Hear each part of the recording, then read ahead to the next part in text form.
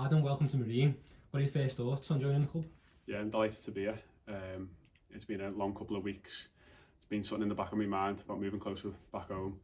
Obviously I spoke to Bobby, spoke to a few other clubs. Someone spoke to Bobby. I was convinced that this is the club that I want to come to.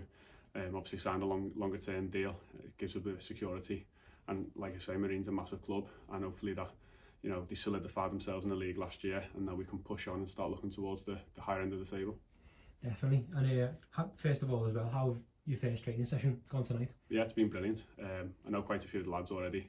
Played with Josh back at Whitton Albion for a few months, so no, delighted to be here. Know a few of the lads, and obviously met all the new ones. It's been good. Had a good little session before Macclesfield on Saturday. And you mentioned before, you touched on it, but what conversations have you had with the manager and director of football as well, Neil Young, before joining?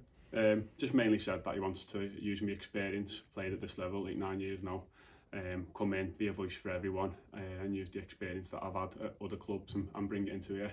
Make sure, that we grind out clean sheets and build on from there. And being quite local as well, what do you know about the club already? It's a rival to Southport where I played at.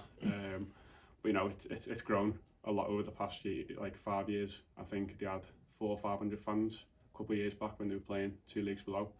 Because I first spoke to Neil about 4 or 5 years ago before I moved on. And it's a massive club. The fan base has grown over the past 5 years, and the club's got loads of plans moving forward, so it looks like a bright future. It does. And you've got experience at this level, of course, as well. How do you think you can use that to help the team? I think mainly it's just coming in. Obviously you've got to look after your own game first, and once you get into your stride, then start helping all the younger players. I've met all of them in there, and quite a few young faces, so I think it's using my knowledge and my experience around that and helping them get into the game, telling them where they need to go, hold the positions and stuff, and I think that's where I'm going to be most useful for the team. And for fans who might not have seen you play then, how would you describe yourself as a player?